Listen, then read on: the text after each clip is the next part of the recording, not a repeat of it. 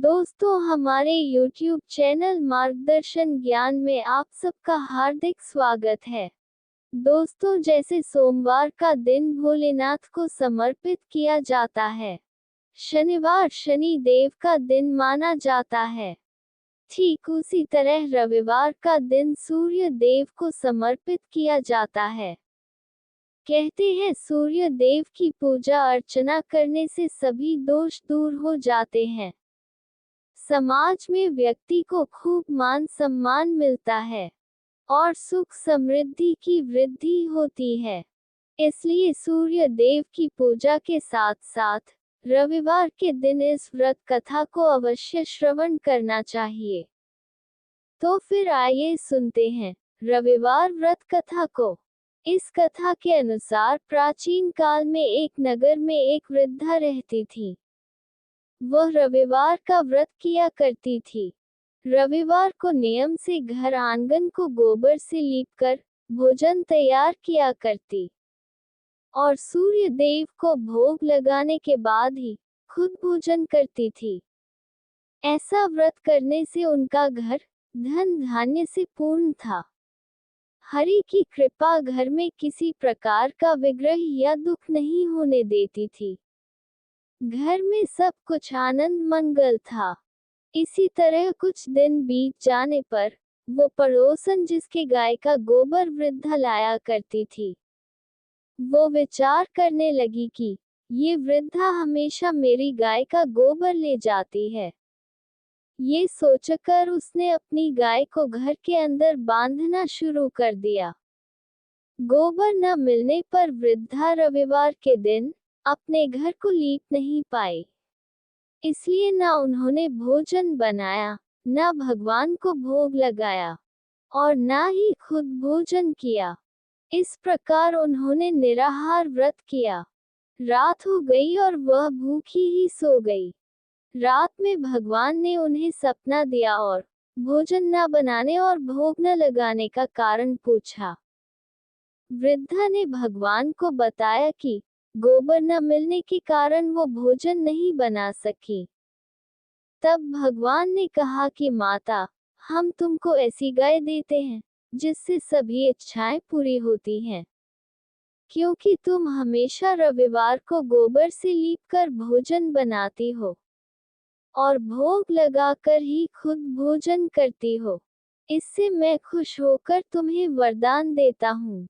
सपने में भगवान का ये वरदान पाकर जब वृद्धा की आंख खुली तो देखा कि आंगन में एक अति सुंदर गाय और बछड़ा बंधे हुए हैं।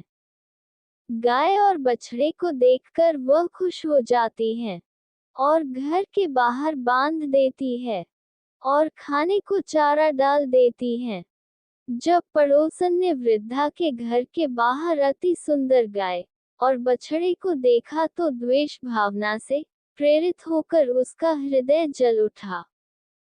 और जब उसने देखा कि गाय ने सोने का गोबर दिया है, तो वो गाय का सोने का गोबर ले गई और अपनी गाय के गोबर को उसकी जगह रख दिया। रोजाना वह ऐसा करती रही और सीधी सादी वृद्धा को कानो कान इसकी खबर तक नहीं होने दी। तब सर्वव्यापी ईश्वर ने सोचा कि चालाक पड़ोसन की वजह से वृद्धा ठगी जा रही है, तो उन्होंने शाम के समय अपनी माया से बड़े जोर की आंधी ला दी। आंधी के भय से वृद्धा ने अपनी गाय को अंदर बांध दिया। सुबह जब गाय ने गोबर दिया तो वृद्धा आश्चर्यचकित रह गए और फिर वो रोजाना अपनी गौ को घर के अंदर ही बांधने लगी। उधर पड़ोसन ने देखा कि गाय घर के अंदर बंधने लगी है, तो उसका सोने का गोबर उठाने की चाल कामयाब नहीं हो पा रही है। तो कुछ उपाय न देख पड़ोसन ने राजा की सभा में जाकर सारी बात बता दी। उसने राजा से कहा कि मेरे पड़ोस में एक वृद्धा के पास ऐसी गाय है जो आप जैसे राजाओं के ही योग्य है। वह गाय रोजाना सोने का गोबर देती है। आप सोने से प्रजा का पालन करिए। वृद्धा उस सोने का क्या करेगी? राजा ने ये बात सुनकर अपने दूतों को वृद्धा के घर जाकर गाय लाने की आज्ञा दी। वृद्धा सुबह ईश्वर को भोग लगाकर भोजन ग्रहण करने ही जा रही थी।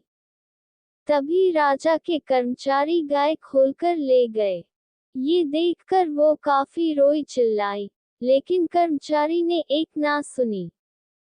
उस दिन फिर वृद्धा गाय के वियोग में भोजन न कर सकी और रात भर रो रो कर ईश्वर से गाय को पुनः पाने की प्रार्थना करती रही। वहीं दूसरी ओर राजा गाय को देखकर प्रसन्न हुआ और सुबह जैसे ही वह उठा, सारा महल गोबर से भरा दिखाई देने लगा।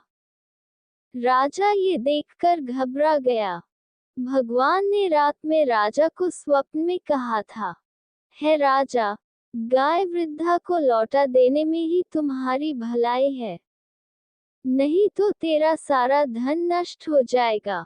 रविवार के व्रत से प्रसन्न होकर मैंने उसे यह गाय दी थी। सुबह होते ही राजा ने वृद्धा को बुलाकर बहुत सारे धन के साथ सम्मान सहित गाय और बछड़ा लौटा दिया। इसके साथ ही पड़ोसन को बुलाकर उचित दंड भी दिया। ऐसा करने से राजा के महल की गंदगी दूर हुई और उसी दिन राजा ने नगर वासियों को आदेश दिया कि अपनी समस्त मनोकामनाओं की पूर्ति के लिए रविवार का व्रत श्रद्धापूर्वक किया करें।